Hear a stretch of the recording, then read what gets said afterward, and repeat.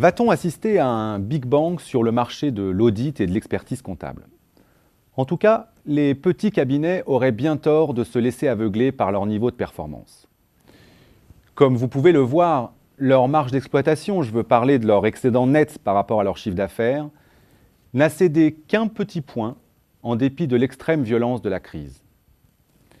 Pourtant, la profession n'a plus guère le choix. Elle doit impérativement passer d'une logique de prestataire de services à une logique d'entreprise de services. Les bouleversements réglementaires sont en effet en train de faire voler en éclats les équilibres en place. Des bouleversements qui remettent en cause la protection dont bénéficiaient jusque-là les professionnels du chiffre. Deux grandes menaces planent ainsi sur les cabinets de taille modeste. Première menace, la volonté affichée par les autorités nationales et européennes de simplifier les démarches administratives des entreprises. La suppression de l'obligation de certification des comptes pour les petites SAS a ainsi été confirmée et selon l'IFEC, cette réduction du champ d'intervention des commissaires aux comptes se traduira par la perte de 30 000 mandats en 6 ans.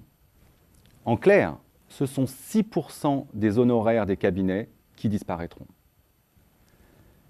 Après ce premier coup de semonce, la possible fin de l'obligation de tenue de comptabilité pour les petites entreprises, actuellement à l'étude, serait une catastrophe majeure pour nombre de petits cabinets comptables.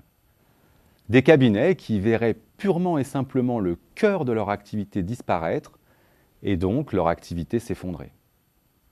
Seconde menace, l'ouverture à la profession des entreprises non membres de l'ordre, avec en ligne de mire la suppression programmée du monopole des activités comptables.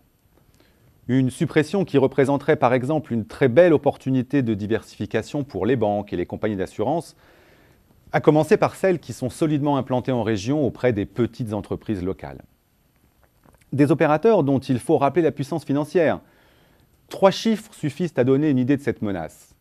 Regardez, 70%, c'est la proportion des cabinets français qui réalisent moins de 1,5 million d'euros de chiffre d'affaires. 646 millions d'euros, ce sont les revenus annuels de Fiducial, l'un des principaux réseaux dédiés à la clientèle des TPE. Et plus de 30 milliards d'euros, c'est le produit net bancaire annuel, autrement dit le chiffre d'affaires des banques, du Crédit Agricole. Alors, comment faire face à ces bouleversements? Eh bien, les cabinets n'auront guère le choix. Ils vont inexorablement devoir basculer dans une logique de marché. Comme le déclare un dirigeant de cabinet, il faut sortir du modèle de la profession libérale de l'après-Seconde Guerre mondiale et évoluer vers des entreprises de services. Un véritable saut dans l'inconnu pour une profession globalement très attachée à sa qualité de profession libérale réglementée. Et une profession qui considère encore bien souvent que l'adoption des outils de cette logique de marché lui fera perdre son âme.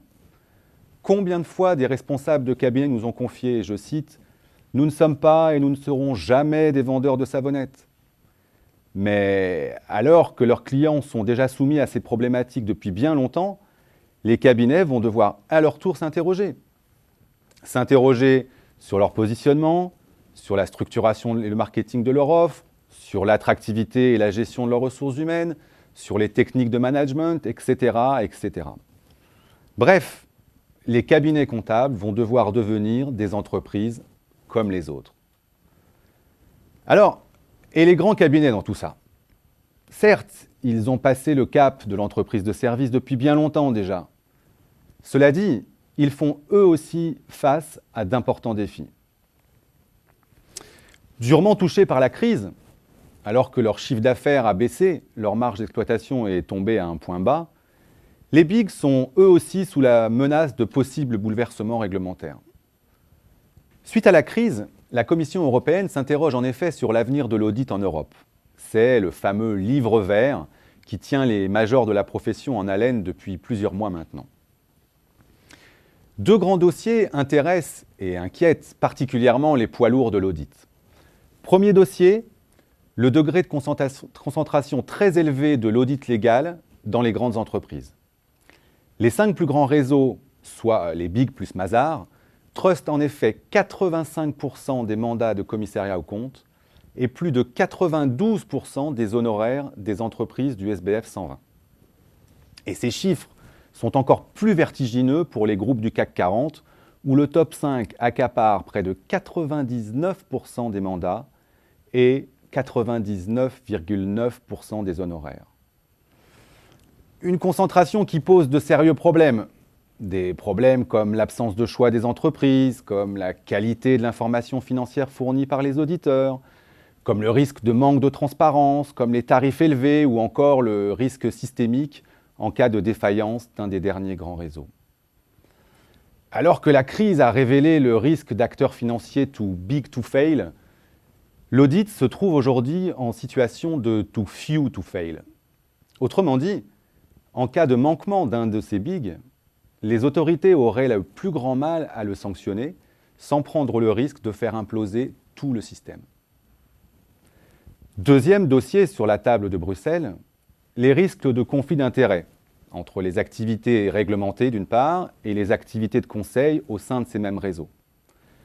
Depuis l'abandon de leur activité de consulting au début des années 2000, sous la pression du législateur, rappelons-le, les grands réseaux d'audit ont depuis reconstruit d'importantes divisions de conseil, si bien qu'aujourd'hui, ces bigs sont redevenus de véritables concurrents pour les pure players du conseil. Une concurrence que les cabinets de conseil dénoncent d'ailleurs haut et fort, avec deux grands types d'arguments.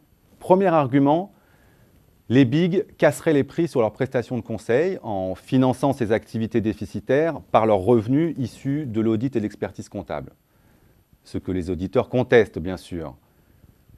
Deuxième argument, la possible existence de passerelles ou du moins d'échanges d'informations entre les divisions conseil et les divisions audit.